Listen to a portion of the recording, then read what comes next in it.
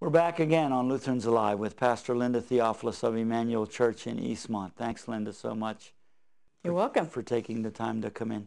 When we got to the break, we were talking about, of course, immigration and refugee issues, and in particular, how it affects the children when families are separated or where people are detained. Right. I know you have some very poignant experiences and stories related to those kinds of issues. Yeah, and there are lots of them. Unfortunately, there are lots of them. The recent events in Haiti bring some of this into focus for us as we consider what happens to children who are orphaned and need new homes, or parents may be here in the United States, but the children are living with grandparents in Haiti. All kinds of situations. And right now, our government has said that Haitians can have temporary protected status. In other words, people who were maybe here on a short-term visa, or had even come undocumented, or for whatever reason, they now have an opportunity to get 18 months of legal status while things get straightened out. From Lutheran Immigration and Refugee Service, there are staff people who are working to help with people getting set up so that they've got temporary protected status, or family members are able to more quickly and easily bring children or parents or here into the United States, rather than having them stuck in Haiti under the uncertain conditions there. And normally these things take a lot of time. Yeah. It's remarkable to me, too, when you think about the trauma and the emotionality that people experience going through the kinds of tragedies, the kinds of cataclysmic experiences that they've had, and then going to a new place, a foreign place where everything is different, where everything is unfamiliar. Right. And, we tend to be protective or defensive about that as Americans. And yet to think about what kind of a scary world it is for people that are coming into that.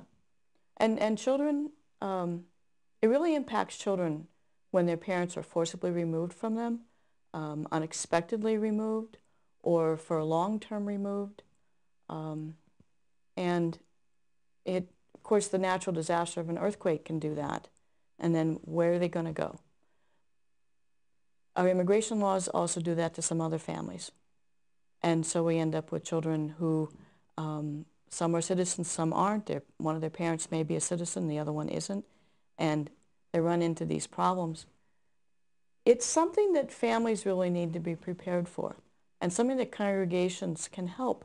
In our midst, we have lots of people who aren't citizens. And to assist them and their families to be aware of immigration opportunities, as well as things that could become problems for them and make them be separated. Lutheran Immigration and Refugee Service has developed materials that are useful for education in the congregation, generally, on these issues, but then also very specifically, so that families know what are the things they should be looking out for.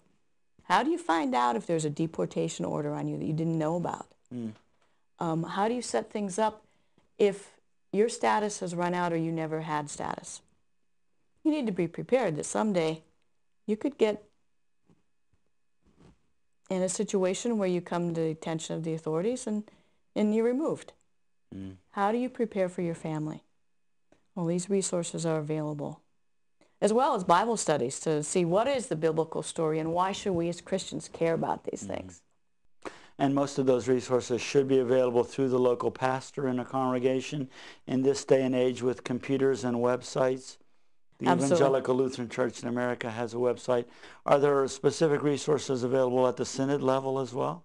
Well, in our Synod Resource Center, some of the materials have been placed in the Resource Center. Maybe we can take that small opportunity and plug the new Resource Center and say to people that, yes, we are intentionally trying to provide and make available the kinds of information that can be useful and helpful along those lines.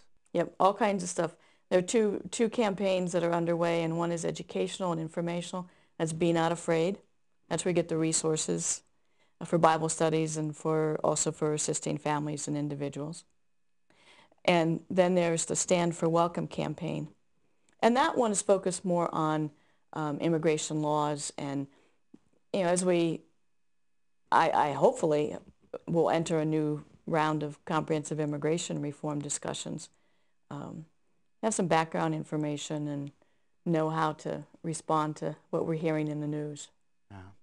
We know that there are folks who have different opinions about Sure. immigration and what our stance toward refugees could be or should be. Mm-hmm. And within the church, there are continuing conversations and dialogues. How would we explain, how would we speak to someone who asks us the question, why should the church be involved in these things? What's the church's motivation? What's the answer to that? Yeah. There are some Bible passages you can go back to that pretty much say you should be concerned about this. So there's direct teaching that says this is an issue that God cares about. God cares about, over and over and over again in the Old Testament are the lines that God cares about the widow and the orphan and the stranger. And that Hebrew word for stranger means the immigrant, someone who's crossed the boundaries and wasn't part of your group from the beginning. Mm-hmm. Just recently, I guess, we had the Old Testament scripture, "A wandering Aramean was my father." Yeah. I was a sojourner, and now we are sojourners in the land. And I think there are those kinds of very basic connections with our own experience as people of God. When Jesus says, when you give water to the thirsty, food to the hungry, shelter to the homeless, visit the prisoners, care for the sick, welcome the stranger, he doesn't say you just do it for the people from your own town or congregation or have the same passport as you. Lutherans like things done in an orderly manner. And the Lutheran position in the United States around immigration is that we should have a government that is handling immigration issues orderly and in a good manner. One of the roles of the church is to point out when things are not happening well, to be the friendly opponent, so to speak, to be the voice for the voiceless. Yeah, I guess that's about as Lutheran as it gets. Dr. Luther himself said, God has appointed our rulers and leaders to keep good order and to make things run smoothly and to keep peace in the land. And when they don't, we're called upon to raise the voice and direct them to do so. Exactly. So it certainly is very well established in our theology, in our history, and in our tradition. Now, before we run out of time, there's a point I want to follow up on with that. Before we run out of time, I just want to make it real clear that all the resources I've talked about, plus more, can be accessed by anyone who can get on the internet. And it's just very simple. The Lutheran Immigration and Refugee website can be reached at www.lirs.org. Very good.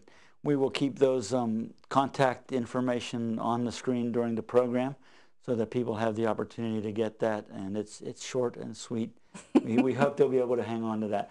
And they can also, of course, contact the Synod at 412-367-8222 by traditional phone or the Synod website as well.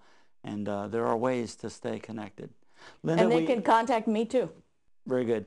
We will include that contact information as well. But we have run to the end of our time already. It doesn't take long when we've got an interesting subject. Thank you so much for taking the time to come in and be with us. Please come back again. Thank you. I'd be glad to. Thanks. We hope you've enjoyed your time today reflecting with us a bit about immigration and refugee issues and the place that it holds in the life of the church and in our world today as well. Until next time, this is Lutherans Alive. Good day, and God bless you.